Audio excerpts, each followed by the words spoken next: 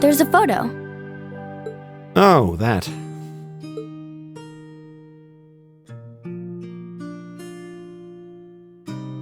Aww, look at cute little Machias there. He looks like he had such a sweet disposition. Yeah, before he grew up to be a stubborn old nag.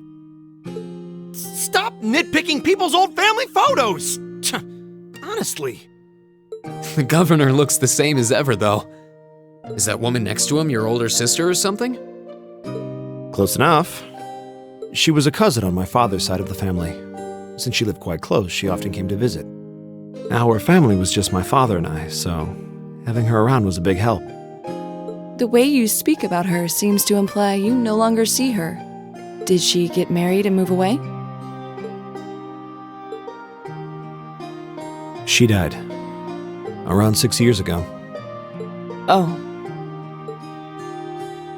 I see. And that has something to do with why you hate the nobility, right? So... I never really planned on telling anyone about this.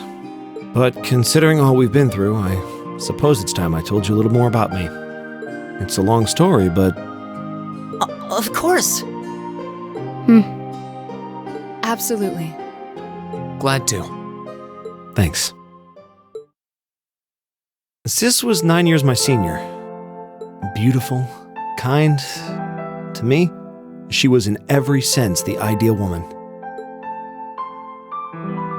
Now, as I said earlier, we're a family of commoners through and through. But my father proved to be a very capable government official. And eventually, he was promoted to an important government position, where he started to make a name for himself. Honesty and integrity are a core part of his work ethic. So, of course, he made his fair share of enemies. But after seeing success in a number of major projects, he gained a reputation both inside and outside the government. My mother died when I was still young, but Sis happened to live around here and ended up helping us in more ways than I can count. Since she was his niece, my father always made a fuss over her. And even though she didn't live in the same house, she was like a real sister to me, and a real daughter to my father. I was always so proud of her. As a child, she was practically my idol. And as you'd expect, she had countless admirers among the men of the city. But for all her popularity, she was always level-headed and sensible. So I never felt I had anything to worry about. Until he appeared. He was one of my father's subordinates at City Hall. Though unlike him, he was a noble by birth. A man of high rank, too. The heir of a count. However, he had none of the arrogance or haughtiness one usually associates with the nobility. When I met him myself, he came across as an honest and loyal man. He met Sis when Dad introduced him to her one day. And eventually, the two of them fell in love and began a relationship, despite the difference in their social status. As a child, I was frustrated beyond words. But even I had to admit that the two of them made a good couple. And Sis seemed so happy when she was with him that I had no choice but to let it go and accept their relationship. Time went on and they became engaged, with Dad acting as the go-between. And that's when everything started to fall apart. His family couldn't have been more blatant in their attempts to undermine the relationship. Apparently, one of the four great houses, House Cayenne, proposed an arranged marriage on short notice. And the Count's family were up in arms at the thought he might choose to take a mere commoner as his wife. Since my father held an important post, they were limited in how shamelessly they could try to sabotage the marriage. But they began to harass and threaten her in secret every way they could think of. They made her life a living hell. Maybe she didn't want to cause trouble for the man she loved, or perhaps she did it out of consideration for my father. But all that time, she chose to endure it alone. She never discussed it or asked for help. And finally, it became so crushing that she took her own life. It was only afterward that my father and I learned what had really happened. It seems that at the very last, he had chosen to betray her love for him.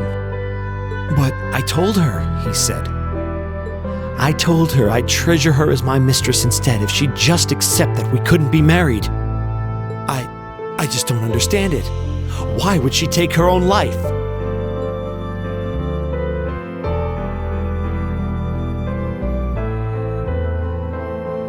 After that, my father seemed to redouble his efforts. It was like watching a machine kick into high gear. With the help of his ally, Chancellor Osborne, he was able to wrest control of City Hall from the noble faction. Then, 4 years ago, he was appointed to his current position as governor of Heimdall. And that's how the Regnitz family came to be where it is. I don't even know what to say. So that's why you started hating nobles? Yeah. I was so furious at Sis's death. My hatred needed to be directed at someone. Anyone. First I blamed her fiancé, then his family, and the family of the Duke who tried to intervene. In the end, I just hated the nobility as a whole. The people, their culture, the entire idea of social classes. I desperately wanted the strength to win against them, to show how right I was, how wrong they were.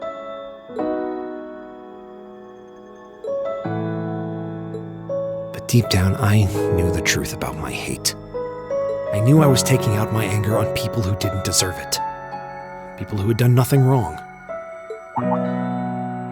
You did? They may be from different social classes, but people are still individuals. Sis's fiancé was faithful to her. He just wasn't strong enough to shield her from all that ugliness, despite his love.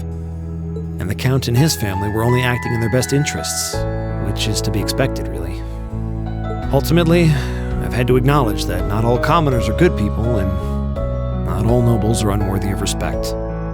Eustace might not have done much to change my opinion, but getting to know you two showed me that there are nobles who live up to that name. Machias. I have no idea how my father feels about all of this, but this is how I've come to feel. I see. You have my thanks. I'm glad you felt you could talk to us about it.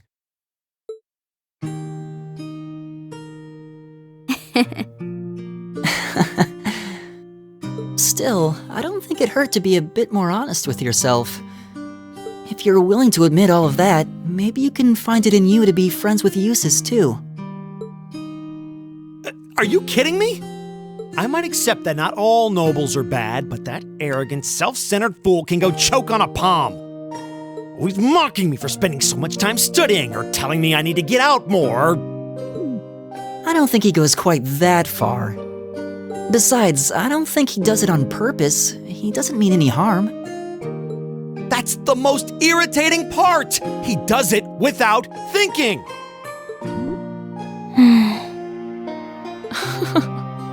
Well, that was a good coffee break, wouldn't you say?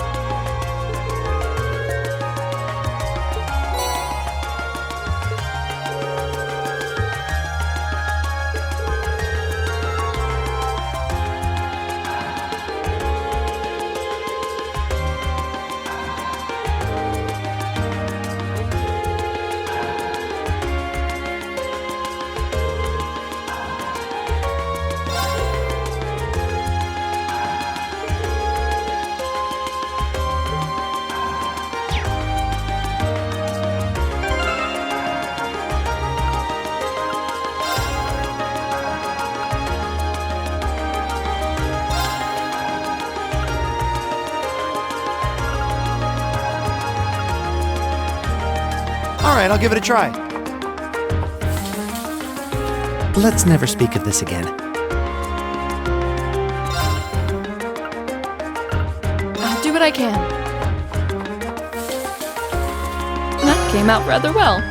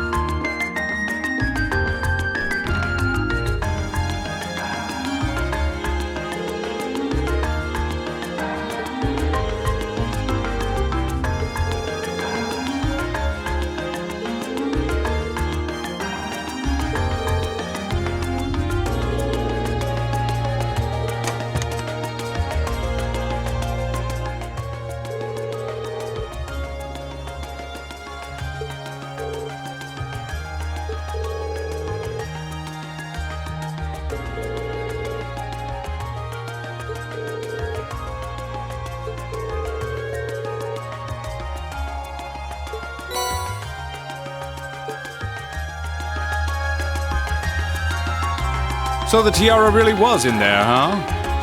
Now I'm wondering if the last passenger who stepped off the tram was Phantom Thief B himself. I don't remember there being any unusual passengers on board, though. I see. So you have no idea who Phantom Thief B could have been then? To have done so much and yet left no trace of his presence. He must truly be a master at covering his tracks. I'll say. But hey, at least we were able to get the tiara back. I suppose that's good enough. What's wrong, Rean? Why are you staring at me like that? I think it's time we put an end to this little charade. Don't you, Baron Blue Blanc? Or should I call you Phantom Thief B? What?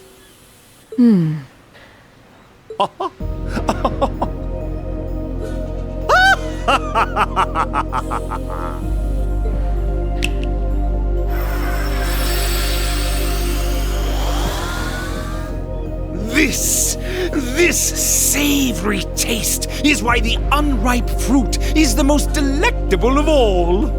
Wait, aren't you the Baron we met earlier? But that mask...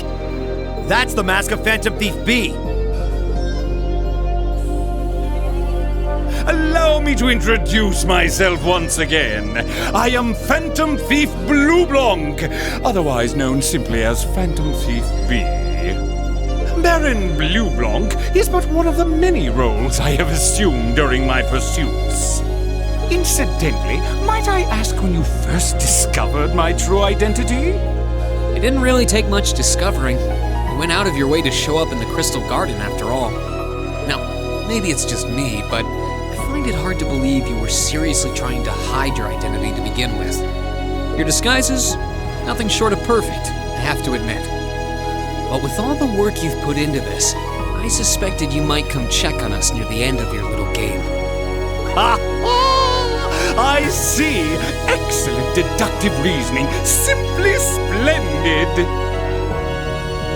But why would you do something like this? Why go to all the trouble? Ah, does that interest you? Must there be a motive? Nah. Now that we know your identity, there's nothing more to discuss. Theft is a crime. Indeed, a crime we will not allow to go unpunished. Ah, what spirited youths you are! What? How did he do that? Just a little trick I like to keep up my sleeve. Regardless, you have provided me with plenty of sport and more than enough entertainment for one day. I'll be watching your future achievements with keen interest. Ladies and gentlemen, until we meet again, I bid you adieu.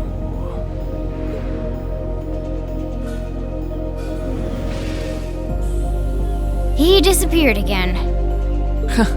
That's quite a little trick. He might still be nearby. Let's search the area.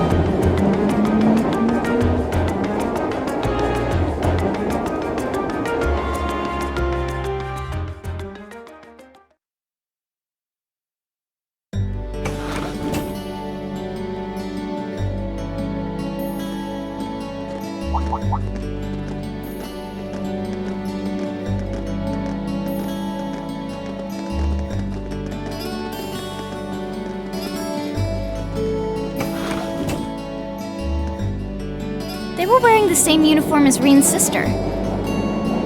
Yeah, they must go to St. Astraia too.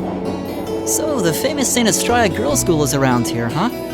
It's supposed to be a combined middle and high school exclusively for the young ladies of the nobility. Yeah, this is one part of the capital that the masses have no reason to visit. Although, I can at least support the school's commitment to fostering chastity and rejecting materialism. You seem to know an awful lot about a fancy girls' school. No, I don't. This is all just common knowledge. Anyway, let's go and wait by the front gate. Yeah, those were the instructor's orders. I'm feeling kinda nervous, actually. Why would you? To men, this academy must seem clad in the mysterious, impenetrable aura of feminine nobility.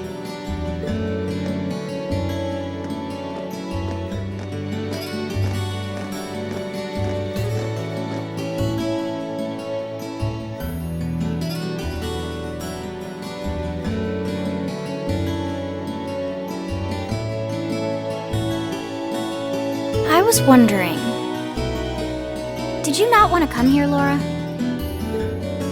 My father did recommend it to me, but they offered no classes in the martial arts. That alone was reason enough to look elsewhere. I can totally understand that. Though I get the feeling Laura would cause a real uproar if she went to a school for genteel young ladies. Yeah, I can picture the chaos now. Oh? I have a number of acquaintances who attend there, and from all I hear, it does seem to be a wonderful school. I've heard that even Princess Alphen herself is a student there. I've heard that too. Princess who? You've seriously never heard of her? I know you're not from Erebonia, but even still. To be fair, I wouldn't be surprised if plenty of Erebonians didn't know who she is. Princess Alphen is the daughter of our reigning emperor, His Majesty Emperor Eugent. She's supposed to be as sweet as an angel and popular with everyone. Is that so? Actually, I believe she's the same age as Fee. I've had the opportunity to meet her once before. She truly is as charming as the rumors suggest. I figured as much. I've seen photographs of her plenty of times in magazines, though I've never had the opportunity to meet her. Sounds like she's in the same school year as Elise, come to think of it. She has a twin brother, too, Prince Cedric. He's the crown prince of Erebonia. Oh, right. I think I've seen a picture of the prince in a magazine before. Dark blonde hair, like Eustace's brother, right? Oh, I think you're thinking of Prince Oliver. He's Cedric and Alphen's older brother. Why isn't he the crown prince then? I've heard the reason is that his mother was a commoner. It seems like a stupid reason to deny him the right of succession, but that's how nobles do things. I feel like I've been hearing his name a lot lately. He made a big splash when he came back from Liberl aboard that airship. You know the one, right? You must be referring to his return aboard the Arcel, after the crisis in Liberl was put to rest. Yeah, I remember seeing that. It really made a big impact. I'd never seen an airship that looked so white and elegant before. I believe my father went to welcome the prince back in his capacity as imperial governor, too. And yeah, now that you mention it, that does seem to be when I started hearing his name around a lot more. Oh, you're all here already! Ah, you made it. It's good to see you all again. You're a bunch of early birds, aren't you? Well, we just about finished up everything we had to do when we got the call to meet here. Were you able to finish up everything on your end, too? As if we'd leave any loose ends. If not for our unfamiliarity with the city, we would have been finished this morning. Every time. Looks like getting these two to kiss and make up will be an uphill battle. Well, some say that when someone gets under your skin, it means you really care about what they think. Wait, did you two? I figured the girls would be the first to notice. Of course. I apologize for any worry I've caused you. We're fine now. Really? That's great! It sure is. Maybe after this field study is over, we can get together and spend the night talking in one of our rooms. Sounds good. The thought of a Class 7 pajama party makes me a little embarrassed. That's girls for you.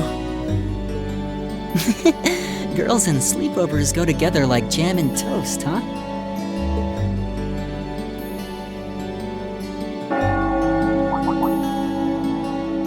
That must be Heimdall Cathedral's bell. It has a solemn, stately sound, wouldn't you say? It sounds so different from how it does in the Ost district. Though that makes sense considering the distance. That bell ringing must mean it's 5 o'clock, which means it's almost the time we were supposed to meet here. Reen? Elise, what are you doing here? Wait, I guess this is your school, so where else would you be? Yes. I see all of your classmates are with you, too. It's only been a week since we saw you, hasn't it? Well, we were told to meet here.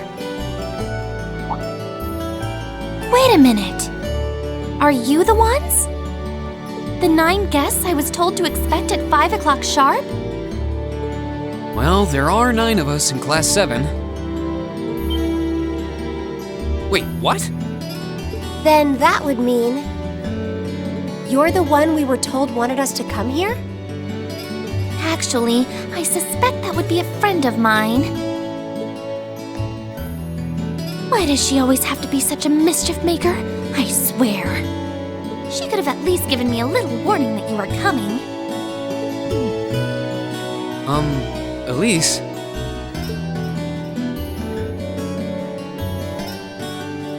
Anyway, where are my manners? Welcome to St. Astraia Girls' School. I hope you'll enjoy your visit. Right this way.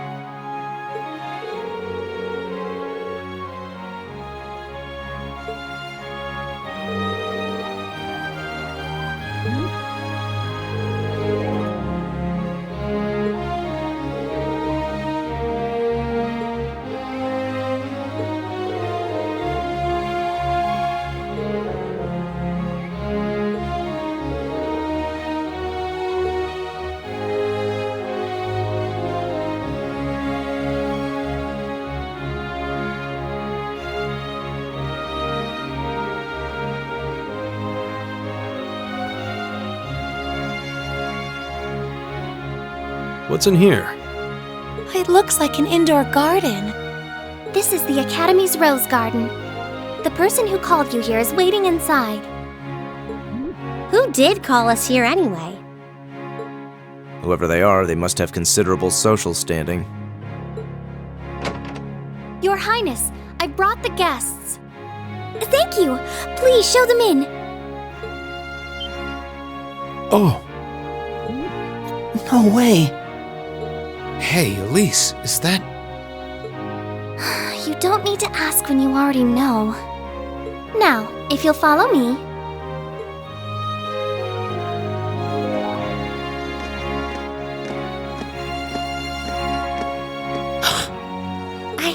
I knew it!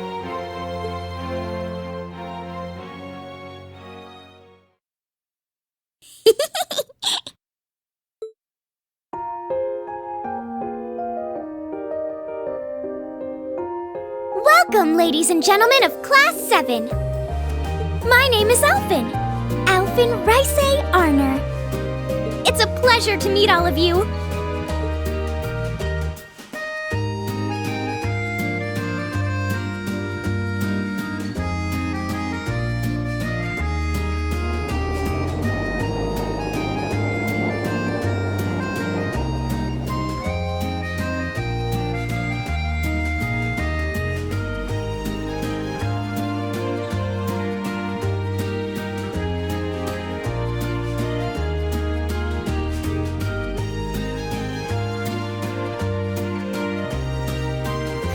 Elise, cheer up!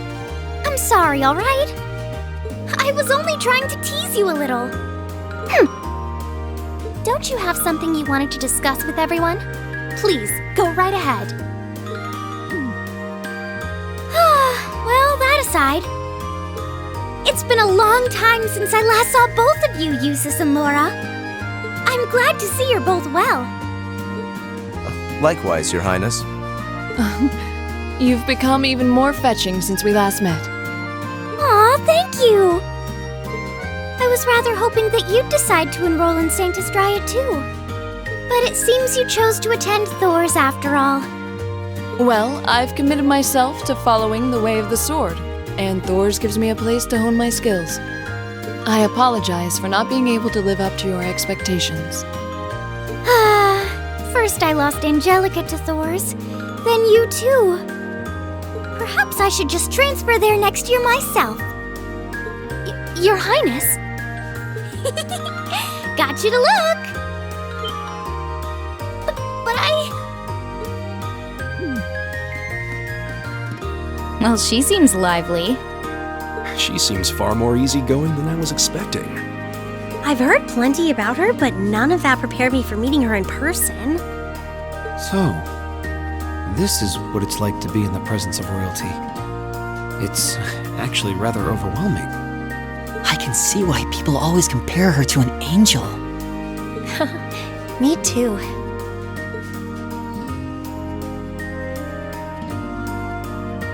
Please don't worry about me. Well, I still have much to learn before I feel like I deserve my status among the nobility. I've been blessed with wonderful friends, and I'm enjoying life here at the Academy. Well, she does seem to have at least one wonderful friend. Kind of an understatement when that friend happens to be Princess Elfin. I'm particularly happy to finally be able to meet you, Reen Schwarzer. Elise has told me so much about you. Your Highness?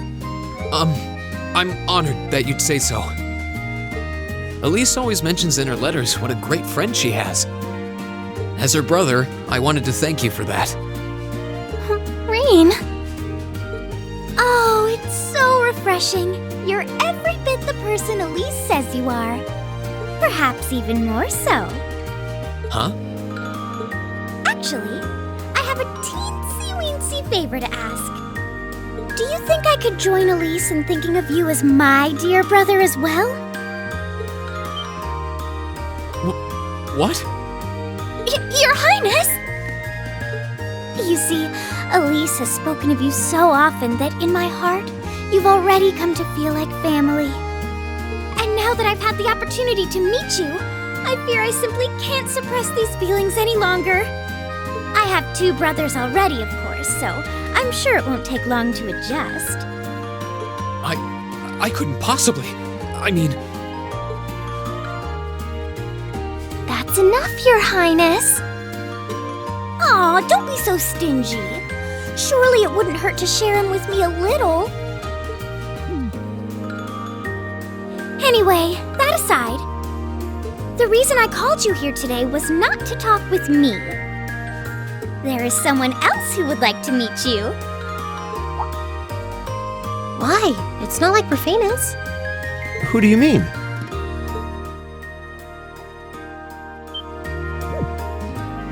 Hey, isn't that... A guitar?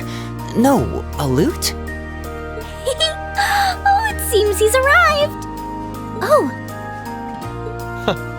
I apologize for keeping you waiting.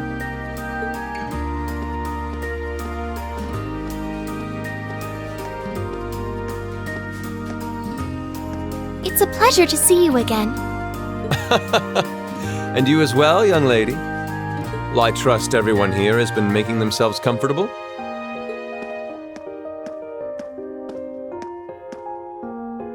Who's this guy? I'm not sure, though I feel like I've seen him somewhere before. I serve as a music instructor in the hallowed halls of this fine academic institution. In truth, I am ever on the hunt for that elusive mayfly we call love. But that might raise eyebrows at a girls' school. But whose pulse would not quicken wandering into this untainted cloister of dew-eyed maidens? Ah, the romance. Could he be? I think that's quite enough. Any more of that and our guests may start edging toward the exit. Ah, I can always count on you to never miss a beat, my dear sister. Oh, wait. So this is... Whoa. Indeed.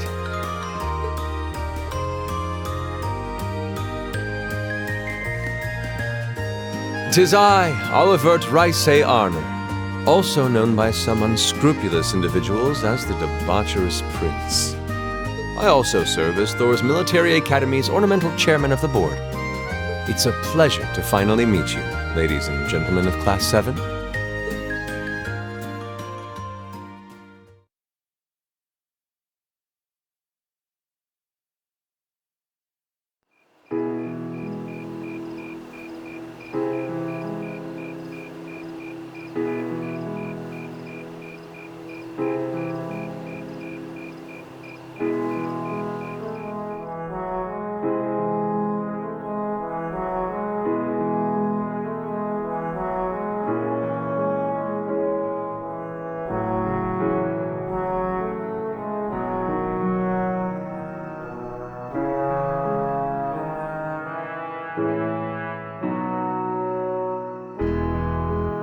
I have to admit, I was surprised to learn that you're the chairman of the board of directors, Your Highness. I'd heard that the chairman was a member of the imperial family, but still. I'm not surprised. Who would expect the infamous prodigal son to chair a committee at a prestigious academy like Thor's? I suppose it's not surprising they'd rather keep it hushed up, though. That's surprisingly forthright coming from you. Is it really true, though?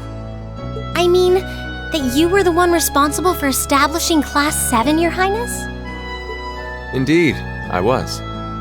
You see, it's always been a tradition that a member of the imperial family serves as chairman of the board. At first, I wore the title in name only, but I had a change of heart after my vacation in Liberl 2 years ago. You were in Liberl back then? That would put your visit during the incident that occurred there, correct? Right. All I've done since I returned to Erebonia has been inspired by my experience during the crisis in Liberl. As a result, fruitless though they may prove to be, I've set a number of plans in motion. One of which is to bring the winds of change to Thor's Military Academy. A gust of fresh air, if you will. Winds of change, huh? I can only assume you're referring to our class? Then the one who decided to throw both commoners and nobles into the same class was... Yes, the idea was mine. Although the selected students also had to have a high aptitude with the Arcus units too. I think I'm finally starting to understand the reasoning behind Class 7, and why we're being sent all over Erebonia on these field studies. To show us firsthand and give us cause to consider the conflict between the two factions. That is the purpose behind our field studies. Is it not, Your Highness? That is one of the reasons, yes. However, my foremost intention was to show you that during your lives, you will encounter many obstacles and conflicts. Not just between factions, but between the capital and the provinces, tradition and technology, even between nations. In these turbulent times, I thought that this would provide the hands-on education today's promising youths need. We need up-and-comers who can think and act independently to face tomorrow's challenges head-on. That makes sense. Wow, that's quite a plan. I can't help but feel a little unsure whether we can live up to such high expectations. Hearing your explanation has, at the very least, cleared up many of the doubts I've had up to this point. Class 7 does seem like an ideal environment to expand one's outlook on life. I feel like going through everything we have so far has brought us closer to doing exactly that. Yep. Marvelous. I'm so pleased to hear it. Just listening to you makes me feel even more certain that establishing Class 7 was the right decision. Especially since while the idea itself was mine, I have no real say in how the classes run day to day. Even so, I still hope to meet all of you at least once, if only to tell you all this. That was when Alphen stepped in and offered to set up this little meeting. I see. Well, I could hardly refuse such a sincere request from my brother. But it also presented me a fine chance to finally meet Elise's beloved brother, as I've always wanted to. Your Highness! Thank you for taking the time to tell us all of this, Your Highness. I feel like now that I know, I want to live up to the promise you saw in Class 7. Thing is, am I right in assuming that Class 7 doesn't exist just to fulfill your progressive ideal? What do you... Oh? The board has its chairman, of course, but 3 directors besides. My older brother Rufus, Imperial Governor Karl Regnitz, and Irina Reinford of the Reinford Group. Oh, yeah. Now that you mention it, They do seem to have certain expectations for us. Precisely. As I mentioned, I no longer have anything to do with how Class 7 is run. That authority lies with the directors. As you're keenly aware, Rufus and Governor Regnitz sit on opposite sides of the factional divide. And while Chairman Irina is mostly involved with Class 7's technology, like the Arcus, her intentions are a mystery to me. And it's those 3 who decide where you'll travel for your field studies. Is that right? When you put it that way, it does make it seem like some kind of bargaining is taking place behind the scenes. It was one of the conditions they gave in exchange for allowing Class 7 to be established. I'll admit, I hesitated to allow it, but I decided to place my hopes in you. We believed then, as we still do, that one day you all will be a great light that can push back the darkness of this country. Well, I suppose when I put it that way, it sounds positively heroic. But that's just me. Don't feel too pressured by it. Your students, first and foremost. Reach out and grab that fragrant rose of school life. Join a club. Eat cheap food with your friends at midnight. Fall in love. We live but once. Make your youth count.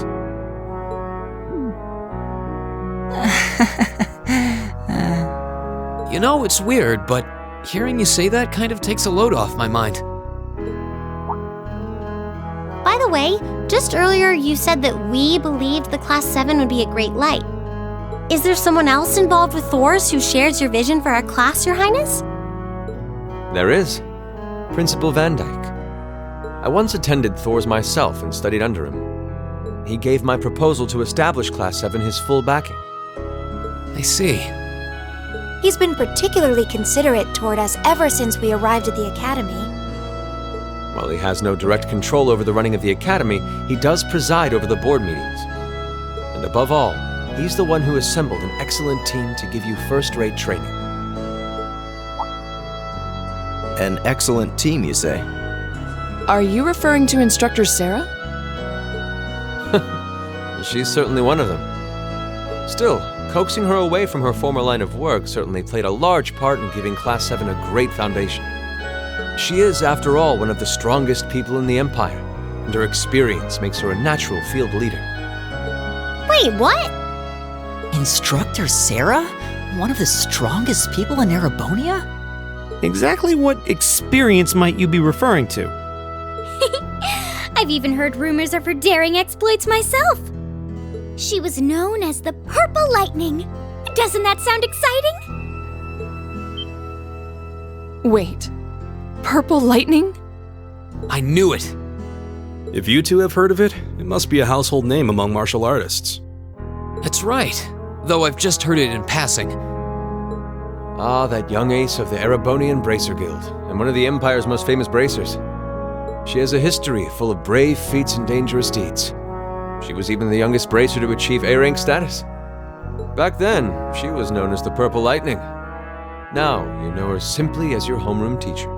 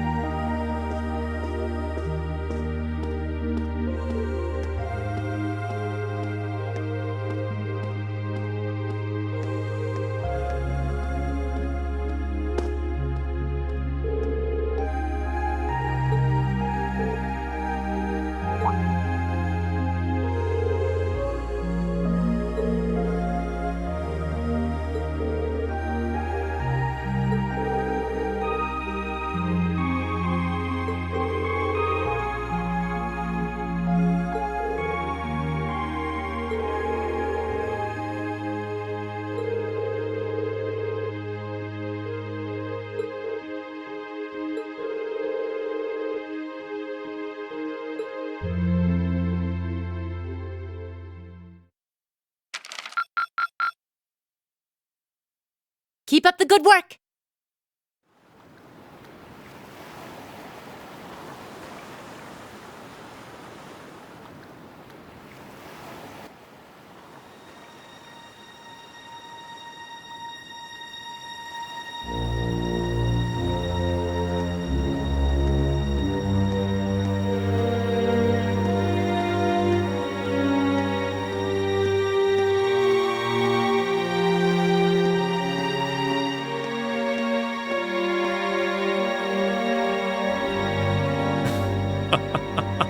The time is finally at hand.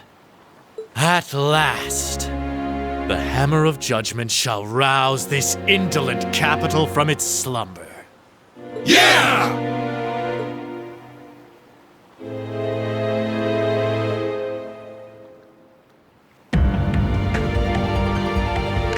Comrade G, all of the necessary preparations are complete. But it feels like you have so few men accompanying you. Wouldn't it be wise to call in a few others for backup? There's nothing to fear. As long as I have this flute, not even the railway military police stand a chance of stopping us. Tomorrow, the people of this land will at last know our name. My dear comrades, I shall be counting on you all